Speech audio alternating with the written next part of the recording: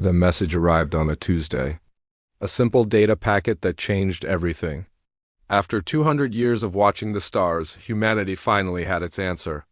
They were not alone, and now they were invited to join the others. John Mercer sat in the white conference room at the United Nations building in New York. The air felt too cold, and the coffee in his cup had gone cold hours ago. Around the long table sat 12 people, all chosen for this moment. John rubbed his short brown beard and waited for someone to break the silence. "So, they've been watching us all this time," said Samantha Wells. Her dark hair was pulled back tight, and her eyes never stopped moving across the alien message displayed on her tablet. As Earth's leading expert on possible alien biology, she had been the first person called when the message came. General Harris cleared his throat. "They classified us as a Class 5 Deathworld species, whatever that means."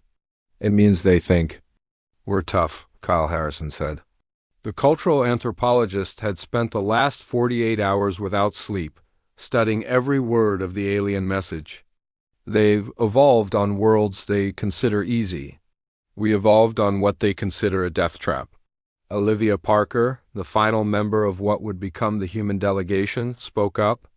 "They're inviting us to something called the Quadrennial Deathworld Species Conference. From what I understand, it's where all the species from harsh planets get together and ... compare notes." John finally picked up his cold coffee. "And they want us there in 2 weeks, on a space station called Concordia?" The next 14 days passed in a blur. The 4 chosen delegates underwent crash courses in everything from alien biology to diplomatic protocols that were mostly guesswork. The world governments managed to keep the news quiet, fearing panic. Only a small circle knew that an alien ship would arrive to transport the human delegation. The ship, when it came, was nothing like the sleek vessels of science fiction. It looked like a rough metal egg with odd bulges and no visible windows. The alien pilot, a methane-breathing creature called a Voldarian, communicated only through text messages. It never left its sealed cabin during the 3-day journey. John spent most of the trip studying files on the other conference attendees. The massive silicon-based Cronans from a high-gravity world, the methane-breathing Voldarians like their pilot, and most concerning, the predatory Nexari who seemed to hold the most power in the galactic community. "We're approaching Concordia Station." The text message from their pilot appeared on all their screens. The 4 humans gathered at the only viewport. The space station looked like a metal snowflake, with 6 great arms extending from a central hub. Each arm was nearly 5 miles long. Ships of various shapes and sizes moved around it like busy insects. "Home to over 30 different species," Samantha whispered. "All evolved on worlds that would kill most life forms." Their ship docked with a gentle bump. After a series of hissing sounds as the atmosphere was adjusted, the door slid open. "Welcome, Earth delegation," said a voice that sounded like rocks being crushed. A tall, gray-skinned creature with 4 arms stood in the doorway. Its body looked like it was made of living stone. "I am Coordinator Krax of the Cronian delegation. I have been assigned to show you to your quarters." The 4 humans followed Krax through corridors filled with the strangest collection of beings imaginable. Some floated in personal bubbles of liquid. Others moved on multiple legs or slithered across the floor. The air smelled of chemicals and strange foods. "The conference begins tomorrow," Krax said. "Your quarters are in Section 6B, which has been adjusted to Earth standard gravity and atmosphere." The stone-like alien stopped at a small door. "These accommodations should be adequate for your needs." The room beyond was barely large enough for 4 people. It contained simple sleeping platforms and a small washing area. A single round window looked out into space. "This is it?" Olivia asked, trying to keep her diplomatic tone. "Of course," Krax said, his rocky face unreadable. "New species are always given basic accommodations until they prove their worth. The Deathworld Conference is not just a meeting, it is a test." After Krax left, the 4 humans looked at each other. "Did anyone else notice we passed much larger quarters on the way here?" Kyle asked. John nodded. We're being put in our place. They invited us as a formality. They don't expect much from us. I've been reviewing the conference materials, Samantha said, holding up her tablet. Something doesn't add up. Based on the environmental data they've shared about other worlds, Earth should be classified higher than Category 5. Much higher. How much higher? John asked. Based on their own metrics: biodiversity, climate variation, predator-prey ratios, natural disasters. Should be Category 7. What's the highest category? Olivia asked. 7, Samantha said quietly. A heavy silence fell over the room. So they've either made a mistake or ... John began. Or they're deliberately underestimating us, Kyle finished. Their conversation was interrupted by a chime. The door slid open to reveal a tall, predatory-looking alien with dark red scales and yellow eyes. Sharp teeth showed when it spoke. So these are the humans, the creature said, looking them up and down. I am Vexter, head of the Nexari delegation. I thought I should see Earth's representatives for myself. We're honored by your interest, Olivia said. Stepping forward with a slight bow, Vexler made a sound like a hiss mixed with a laugh. Interest? Hardly. Mere curiosity about the soft creatures from a mild world who think they belong among real survivors. John felt his face grow hot, but he kept his expression neutral. We look forward to learning from more experienced species, he said carefully. Yes, watching and learning is exactly what you should do, Vexler said. The Nexari evolved on a world where the air itself can burn your lungs, where predators twice our size hunt in packs, where the ground can swallow you whole without warning. He leaned closer to John. What did your kind face? Some large cats, a bit of weather? Before John could respond, Vexler turned and left, the door sliding shut behind him. Well, Kyle said after a moment, I think we just met the school bully. We need to be careful, Olivia warned. We're stepping into established power structures and hierarchies we know nothing about. John walked to the small window and looked out at the stars. Did you notice his posture when he talked about his world? The way his hands moved? He was exaggerating. Putting on a show. You think he was lying? Samantha asked. Not lying, posturing. There's a game being played here, and we're not being told the rules. John turned back to his team. But we're going to figure them out. And then we're going to show them exactly what humans from Earth can do. Outside their window, the great arms of Concordia Station continued their slow rotation, stars wheeling past like silent witnesses to humanity's first steps into a much larger and more dangerous universe than they had ever imagined. The next morning, the human delegation followed a floating guide robot to the main conference hall. The vast room had a high ceiling that sparkled with artificial stars. Hundreds of aliens sat in curved rows that faced a central stage. The humans noticed right away that the seating was arranged by species, with the largest sections belonging to the Nexari and Cronans. Your section is there, the robot said, pointing to a small area with just 4 seats in the very back row. John looked at his team and shrugged. They made their way to their assigned seats as aliens of all shapes turned to stare at them. Some used breathing devices. Others had protective coverings over their skin. A few floated in bubbles filled with colored liquid. I feel like we're at a zoo, Kyle whispered. And we're the exhibit. A deep tone sounded and the room fell silent. A tall Nexari stepped onto the central stage. John recognized Vexler from the previous day. Welcome to the 157th Quadrennial Deathworld Conference, Vexler announced, his voice carried by hidden speakers. For new attendees, I am Vexler, Conference Director and Head of the Nexari Delegation. Today we begin with traditional demonstrations of survival adaptations from each major delegation. Over the next 3 hours, representatives from different species took turns on the stage. The Cronans demonstrated how they could withstand crushing pressure by having giant weights dropped on them. The stone-like aliens barely seemed to notice as metal blocks that would kill a human were piled on their bodies. Next, the Voldarians entered a clear chamber that was then filled with liquid nitrogen. The methane-breathing aliens played games in the extreme cold, showing off their ability to function in temperatures that would freeze human blood solid when the Nexary's turn came. The lights dimmed. 5 Nexari warriors entered carrying spears, made of a black metal. A large door opened on the far side of the stage, and a terrifying creature lumbered out. It looked like a cross between a bear and a scorpion, with 6 legs and multiple stinging tails. The Carax beast, Olivia read from her tablet, native to the Nexari homeworld. Highly venomous and territorial. The Nexari hunters circled the beast, moving with incredible speed. The Carax charged at one, but the Nexari leaped 15 feet into the air, flipping over the creature. What followed was a hunting demonstration that left the audience cheering. The Nexari moved like shadows, their reflexes faster than seemed possible.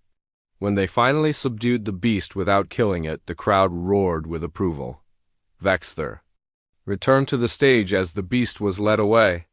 And now, as is tradition, we offer our newest attendees a chance to present their adaptations. The Earth delegation has been allotted 5 minutes.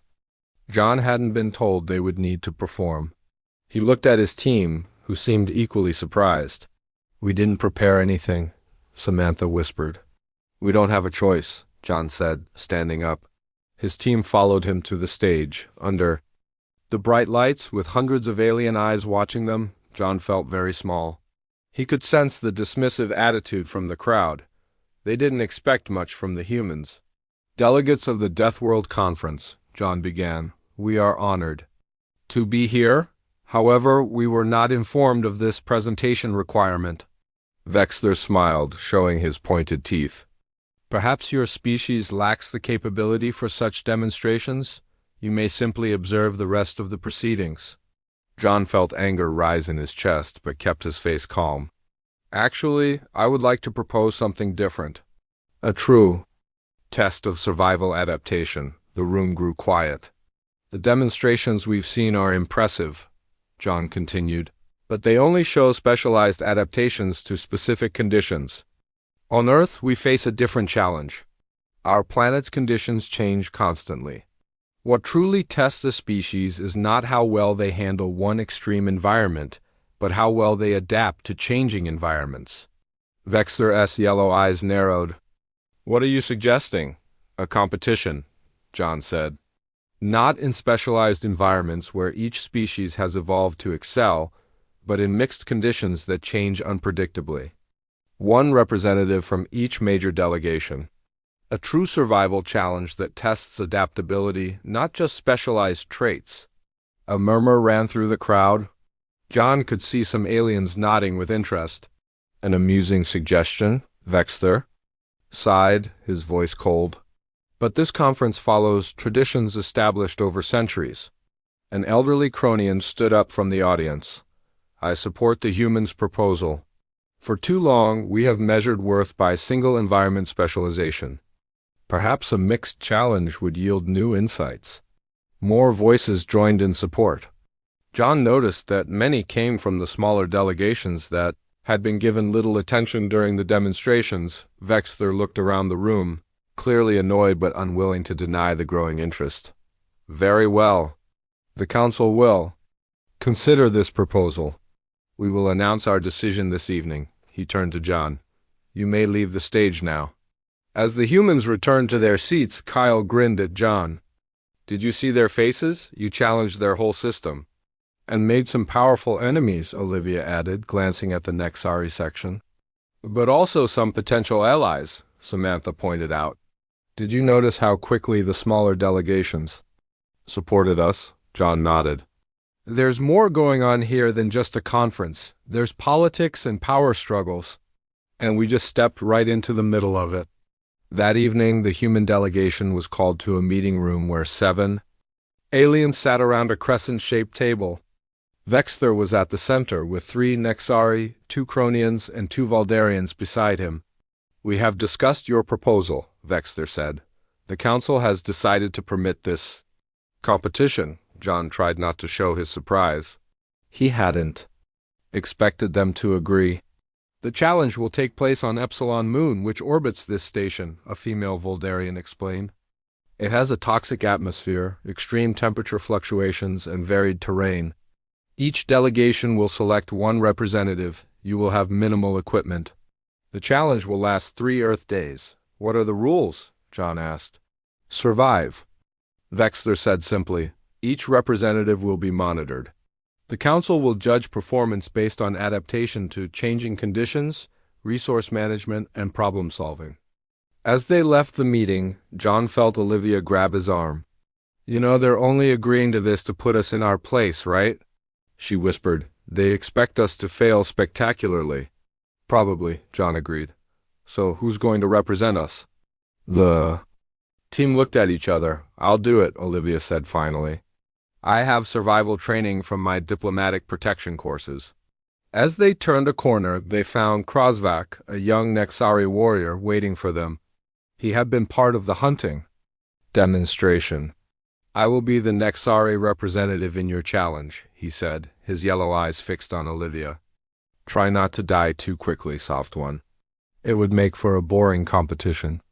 After he walked away, Samantha turned to Olivia. Are you sure about this? They've been preparing for this kind of thing their whole lives. So have we, Olivia replied.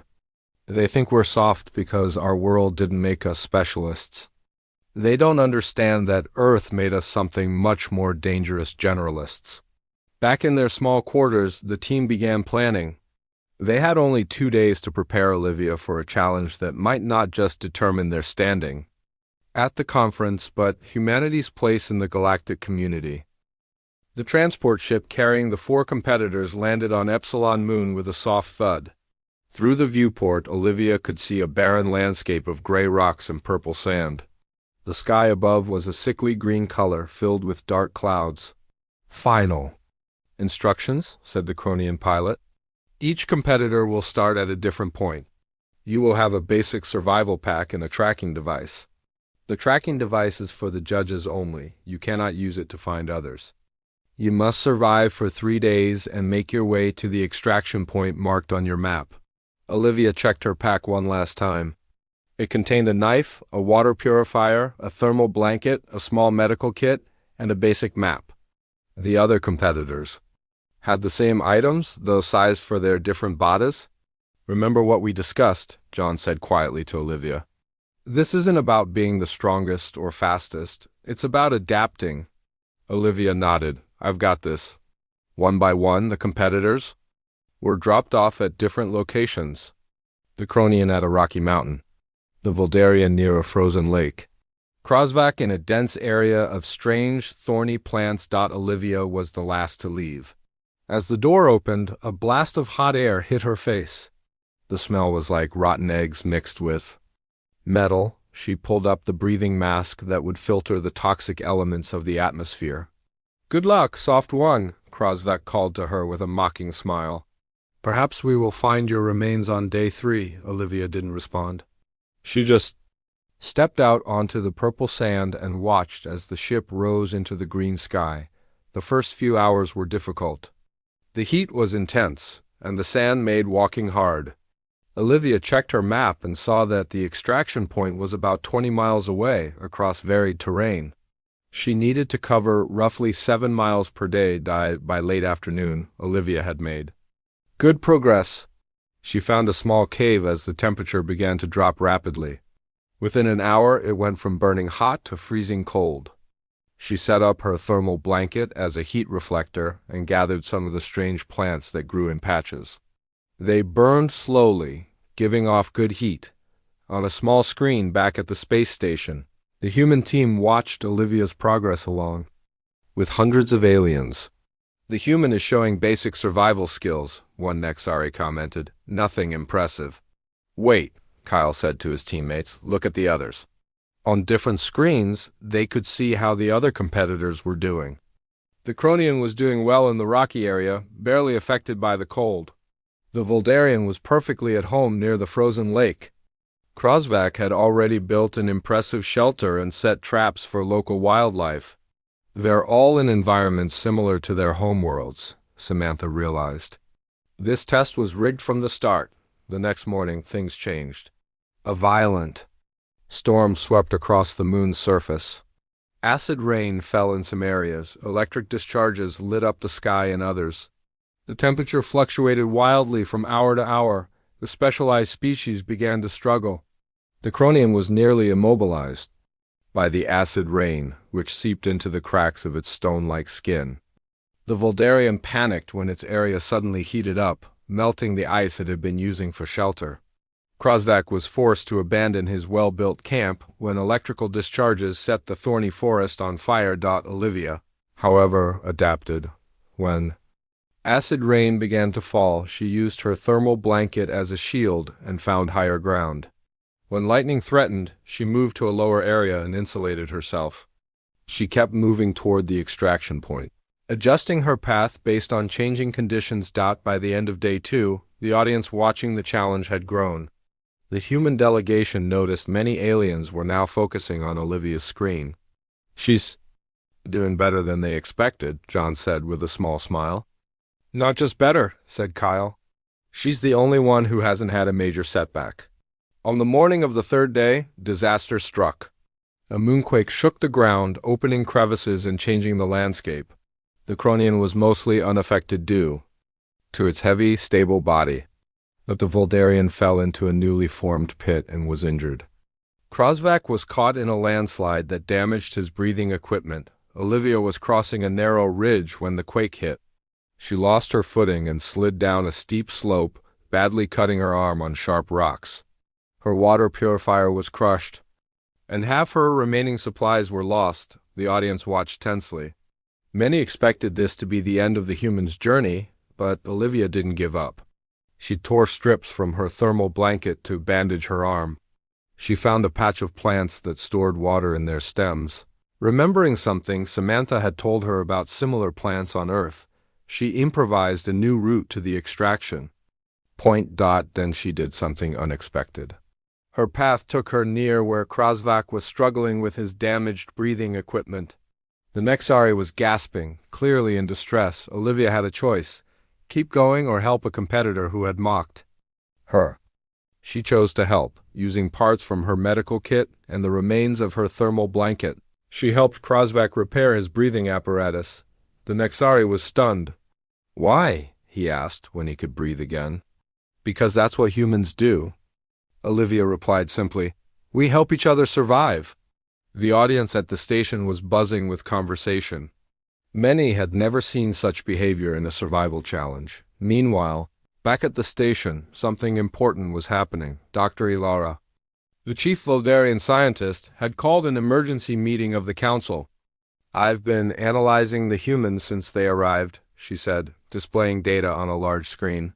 "Their neural patterns, problem-solving approaches, and adaptation rates are unlike anything we've documented." "Explain," demanded Vexter. "Most Deathworld species evolve specific physical adaptations to survive," Dr. Ilara continued. "Thick skin, specialized lungs, enhanced strength. Humans took a different path. They evolved extraordinary mental adaptability." She showed brain scans comparing humans to other species. "See these neural pathways? They form new connections at 5 times the rate of any other species we've studied. They don't just respond to challenges, they learn from them at an unprecedented rate." One of the Cronians spoke up. "Are you suggesting these humans are more dangerous than we thought?" Dr. Ilara nodded slowly.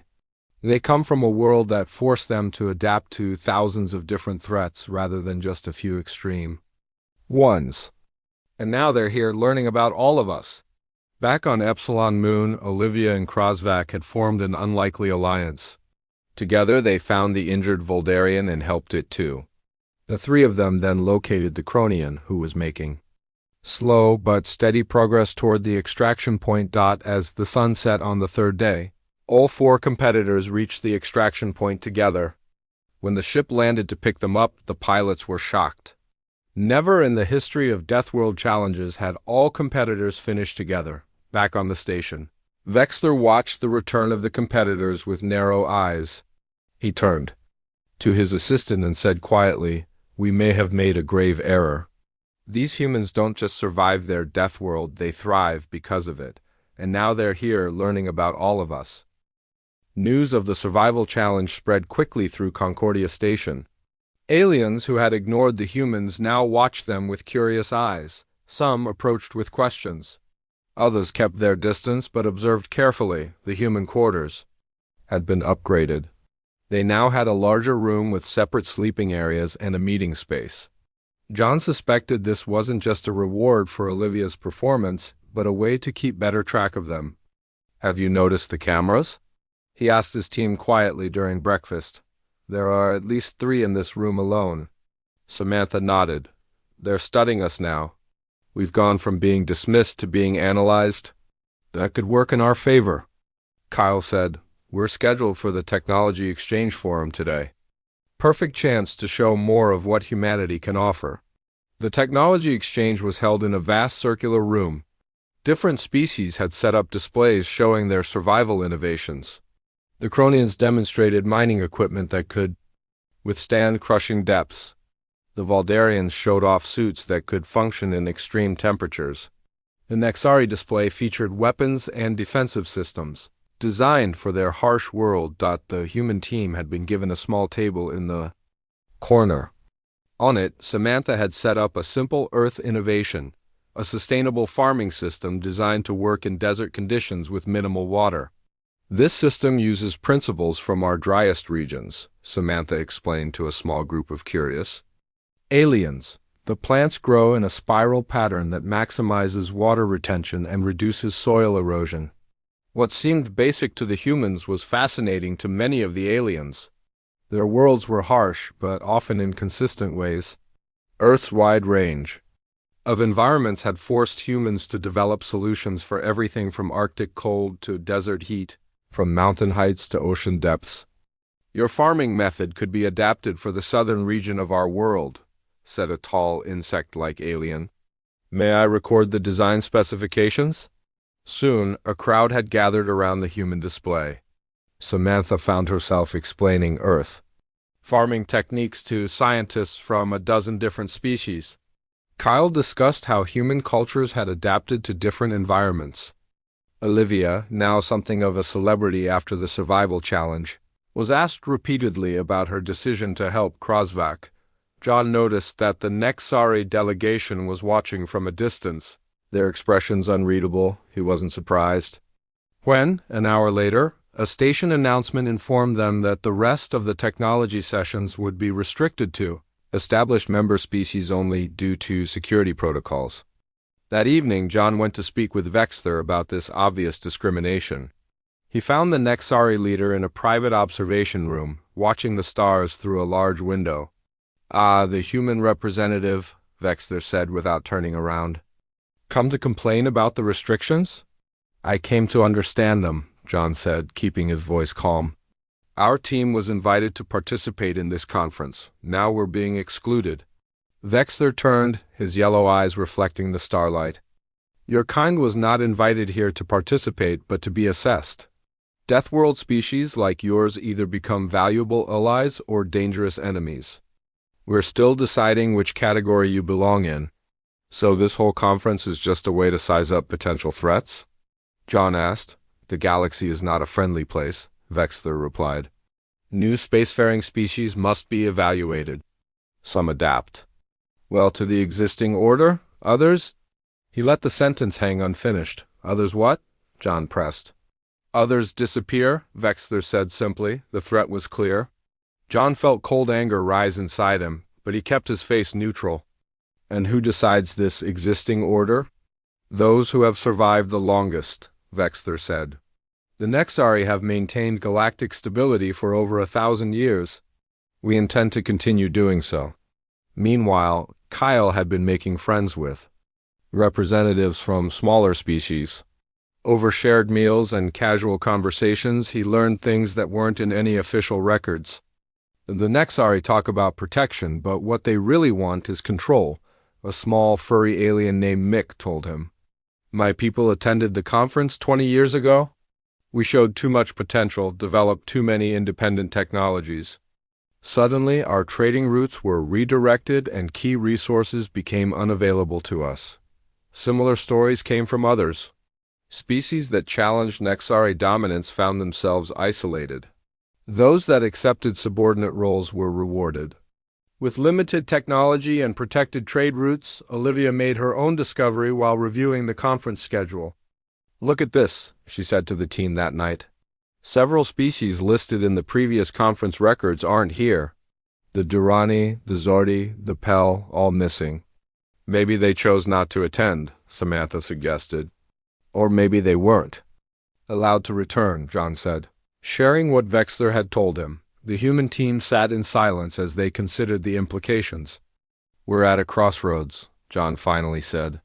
"We can play it safe, show just enough to be considered useful but not threatening, or we can show what humanity is truly capable of and risk being seen as a threat. Is there a third option?" Kyle asked. "The smaller species seem unhappy with Nexari control. Maybe we could form alliances with them?" "That would definitely mark us as a threat," Olivia pointed out. "We already are," Samantha said quietly. "Did you see Dr. Alara's face when she was watching me explain our farming techniques? She wasn't just interested, she was afraid." The next morning, the team was surprised to find Krosvak waiting outside their quarters. The Nexari warrior had been quiet since returning from the survival challenge. "The final event of the conference has been announced," he said. "It's a simulation challenge. Each species must navigate fully simulated versions of each participating species' homeworld. And let me guess," John said, "we'll go last and have the least time to prepare."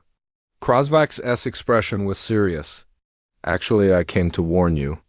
This challenge was added specifically to put humans in their place.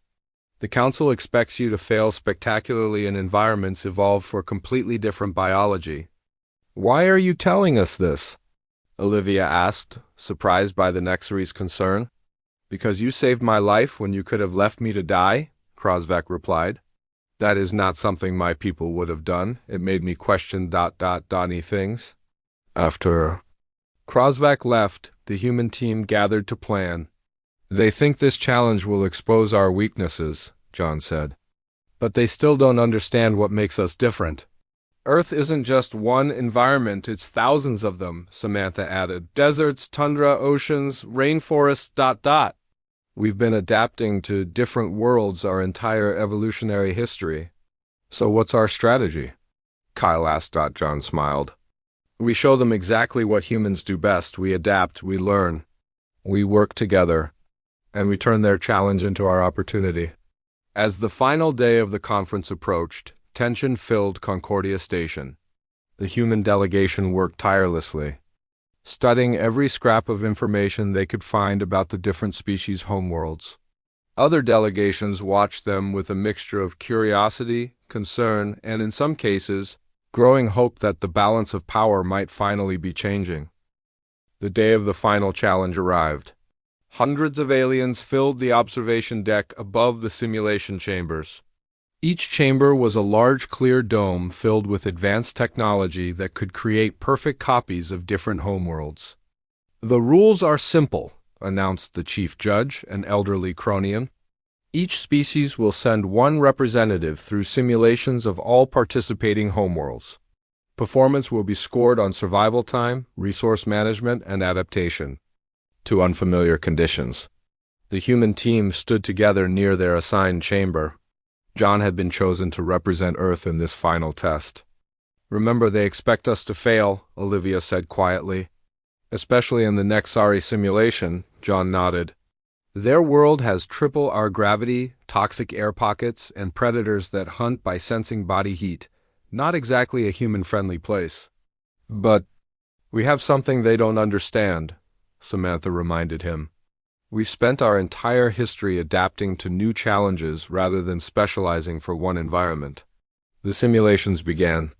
The Cronians went first, moving easily through their home environment but struggling badly in the methane lakes of the Voldarian world.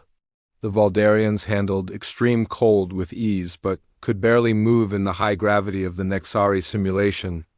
It was time for the Nexari representative to enter the Earth simulation. The crowd watched with interest. Earth was considered a mild world by their standards. Surely the mighty Nexari would find it easy, but the simulation showed a tropical rainforest. During monsoon season, the Nexari struggled with the humidity, the constant rain, and the unfamiliar plants. When a simulated jaguar attacked from a tree branch, the Nexari fought well but was clearly uncomfortable in the dense forest environment. They underestimated the variety of Earth's environments, Kyle said with a smile. They probably expected something simple. Finally, it was John's turn. He wore a special suit that would help monitor his vital signs and provide minimal life support if needed. He entered the first chamber, a simulation of the Cronian homeworld. The rocky landscape appeared around him, with low gravity but intense radiation. John moved carefully, using the technique Samantha had taught him about radiation shielding.